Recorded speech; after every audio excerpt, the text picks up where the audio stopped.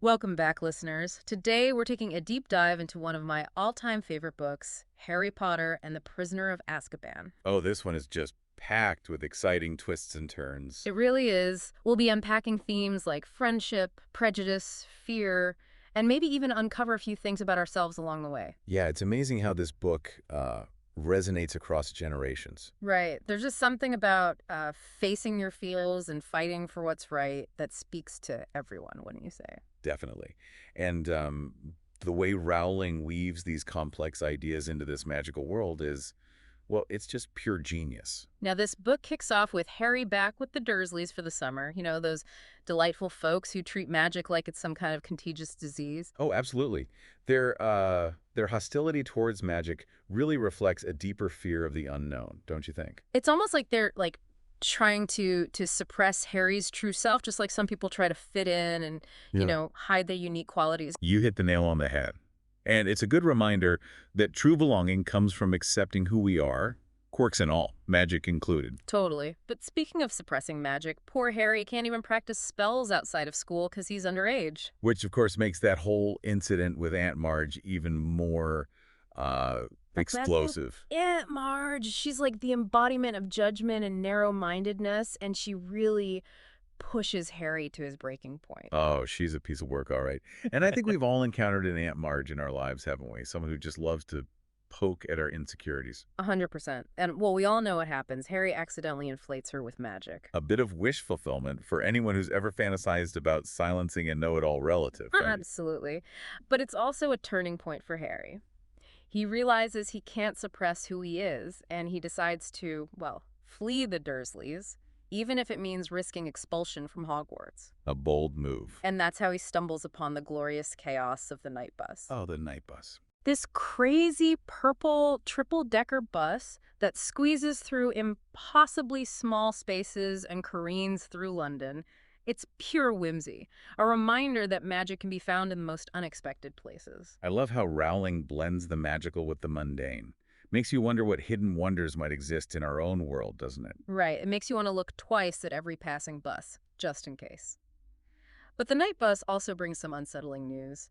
Sirius Black, a convicted murderer, has escaped from Azkaban, the wizard prison. And of course, the media immediately portrays Black as this terrifying boogeyman, shaping public perception before anyone even knows the truth. It's a great example of how easily fear and misinformation can spread, influencing our judgments and actions. Absolutely, it's a shadow hanging over Harry's head before he even reaches Hogwarts.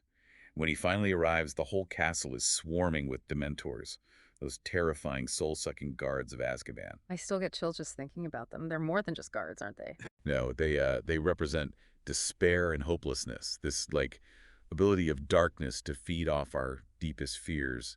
And for Harry, they trigger those traumatic memories of his parents' death, creating this chilling link between past trauma and present fear. It's interesting how they affect Harry so much more strongly than others. It makes you wonder if everyone has their own personal dementors, experiences or memories that haunt them and drain their happiness. That's a profound observation. It suggests that facing our inner demons is a universal human experience. Luckily for Harry, he meets Professor Lupin, the new Defense Against the Dark Arts teacher. He's such a fascinating character, wouldn't you say? Absolutely. He's this kind, gentle soul, but you can tell there's something more to him, like something he's hiding. And he's a skilled wizard who seems to understand Harry's struggles. He even teaches Harry the Patronus charm. Oh, the Patronus charm. A powerful defense against dementors. It's such a brilliant symbol of light and hope, right? It requires you to focus on your happiest memory, suggesting that joy and positivity can be powerful weapons against despair. Exactly. It's a reminder that we all have the potential to find light within ourselves, even in our darkest moments. I love that. It's like saying we all have a superhero inside us just waiting to be unleashed. And speaking of unleashing hidden potential, our dear Hagrid has finally landed his dream job, care of magical creatures teacher. Of course, with Hagrid, things rarely go smoothly. True.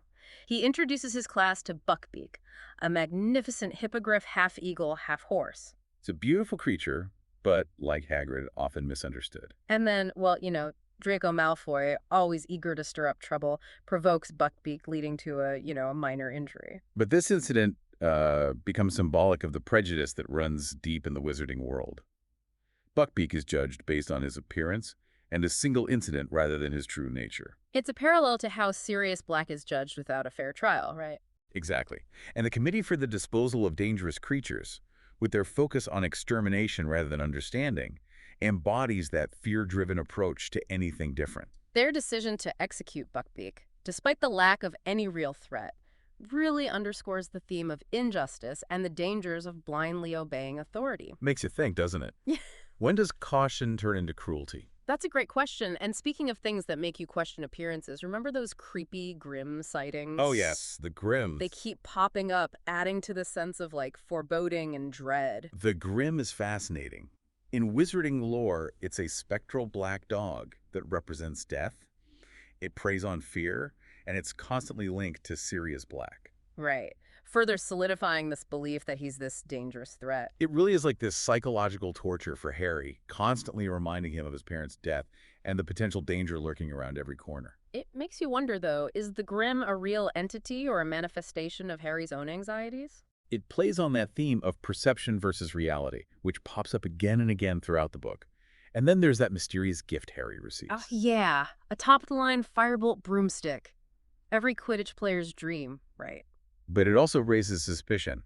Who sent it and why? Exactly. It's like, who can you trust when even a gift could be a potential threat? This unease only escalates when Sirius Black actually breaks into Hogwarts. Not once, but twice. Talk about shattering the illusion of safety. Hogwarts, once a sanctuary, suddenly feels vulnerable. It reflects the growing anxiety and uncertainty gripping the wizarding community. And it's kind of jarring because Peeves, the mischievous poltergeist, actually helps out, informing Dumbledore about the attack on the Fat Lady portrait. Peeves, the unlikely hero. It shows that even in the most unpredictable situations, truth can emerge from unexpected sources. Absolutely. And then poor Neville Longbottom, he accidentally loses the Gryffindor passwords, giving Black access to the dormitory. Talk about feeling responsible. It's a reminder that even seemingly small actions can have major consequences. Right, like that butterfly effect. One small flap of a wing can create a hurricane on the other side of the world. And things at Hogwarts definitely feel like a hurricane brewing. They even bring in those creepy security trolls to guard the Fat Lady portrait. Talk about overkill. These increased security measures really reflect that growing paranoia and the desperate attempts to maintain control. It makes you wonder if more security actually equals more safety. Especially when the real threat might be hiding in plain sight. Exactly. And this idea of hidden threats takes center stage when Harry, Ron, and Hermione decide to visit Hagrid the night before Buckbeak's execution. Oh, their loyalty. They risk their own safety to support their friend, even if it means breaking the rules. It highlights that tension between following rules and following your heart. Sometimes doing what's right requires challenging authority. And that act of defiance leads to a shocking discovery. Scabbers, Ron's pet rat, is actually Peter Pettigrew in disguise. What a twist. Turns out Ron has been harboring the man who betrayed Harry's parents all along. Can you imagine the betrayal Ron must have felt? His loyal companion, a deceitful traitor, it makes you question who you can truly trust. And this revelation brings us face to face with Sirius Black, who has been falsely accused and desperate to clear his name. It's a tangled web of lies and deceit. And just when Snape bursts in, ready to drag Black back to the Dementors, Lupin steps in, believing Black's story. It's a clash of ideologies. Snape, driven by his past, represents blind adherence to authority, while Lupin believes in second chances. It's like a battle between fear and forgiveness, and just when you think things can't get more dramatic, Hermione drops another bombshell. Lupin is a werewolf. Oh, this revelation adds another layer of complexity to Lupin's character and the theme of prejudice. Werewolves are feared and ostracized, just like so many marginalized groups in our own world. It's heartbreaking, especially since Lupin has been such a supportive mentor to Harry, and then, in the midst of all this chaos, Pettigrew escapes, transforming back into his rat form and vanishing into the night, Leaving both Black and Lupin incredibly vulnerable. It's a reminder that even when truth is revealed, justice isn't always served, and those who are different often face the harshest consequences. But there's still hope. Right. We're about to witness the magic of time travel as Harry and Hermione embark on a daring mission to save Buckbeak and Sirius. Buckle up, listeners. We're going back in time in part 2. It's really amazing how Rowling uses time travel. I mean, it's not just a plot device, right? No, not all. It's a way to, examine choices and consequences. Yeah. and, self-discovery even. You're so right. It's not just about changing the past, but understanding how our past shapes who we are Yeah, and how we can shape our own future. exactly. And remember, Hermione has this time turner, this magical device that lets her literally turn back time. Oh, it's brilliant. She's been using it all year to attend like multiple classes at once. Oh, I remember that. But its real purpose, well, it becomes clear when she and Harry embark on this secret mission to save Buckbeak and Sirius. It makes you think about the possibilities, doesn't it? Yeah. If you could go back in time, I mean, what would you change? Oh, so many things.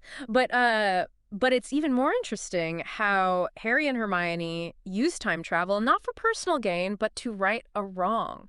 They're fighting for justice. They really are. They're sneaking around Hogwarts, dodging dementors, and racing against the clock to rewrite history. So much suspense. It's a whirlwind, and it all leads to that heartbreaking moment at the lake where Harry witnesses the execution of what he believes to be Buckbeak and Sirius. Oh, I know. Your heart just sinks. Talk about a gut punch. You think everything is lost, that justice has failed, and Right. then... Well, Rowling pulls back the curtain, Right. revealing that it was all like a carefully orchestrated plan to expose Pettigrew and clear Sirius's name. Oh, it's brilliant. It really underscores that power of truth, Yeah. to overcome deception. It's like those moments in life when you feel totally overwhelmed, like you're drowning in darkness, and then suddenly this glimmer of light appears. I know exactly what you mean. It's a reminder that even when things seem hopeless, there's always a possibility for a brighter outcome. There really is.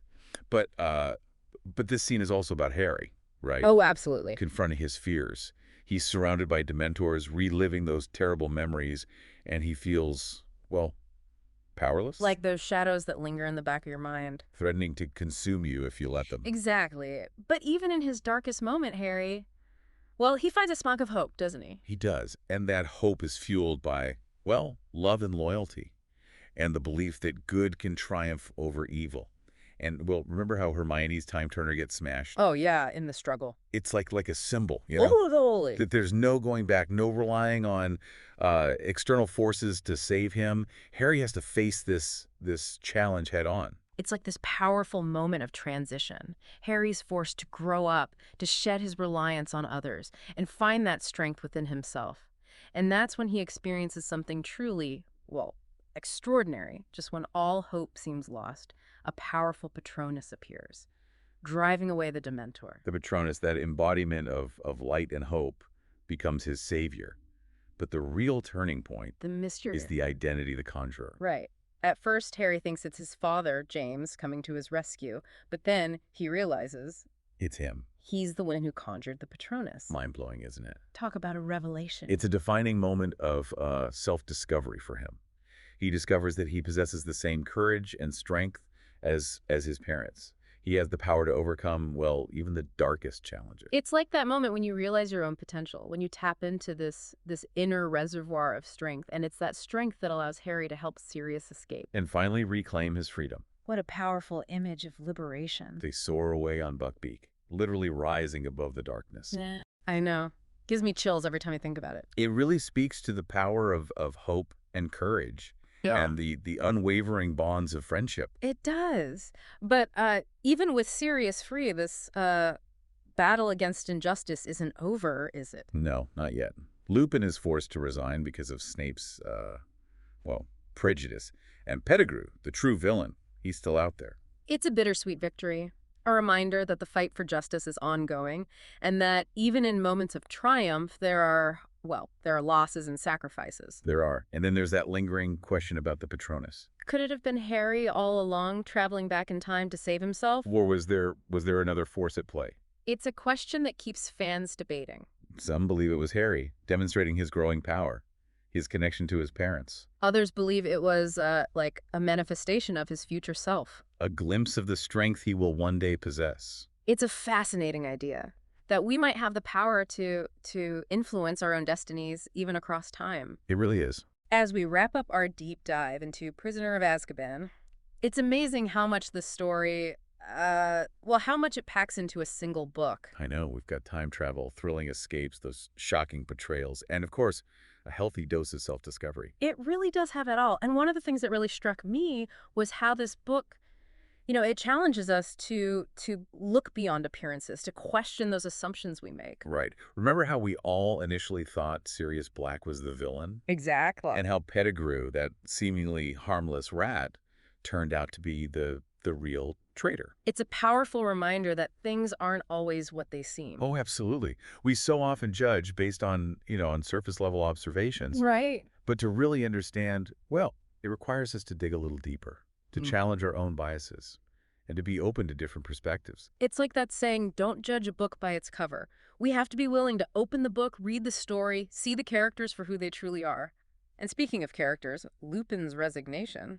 Man, that was a real gut punch. Oh, it was. He's been such a positive influence on Harry, and yet he's forced to leave because of, well, because of prejudice and fear. It highlights that deeply ingrained prejudice against werewolves, Mm. in the wizarding world. It's a reflection of, well, of how societies often ostracize those who are different. Those who don't fit neatly into, predefined categories. It's a sad reality, one that exists in our world too. People are marginalized and discriminated against because of, well, because of so many things: race, religion, sexual orientation, even their physical abilities. It really makes you think, how can we create a world where everyone feels accepted, Yeah. valued for who they are?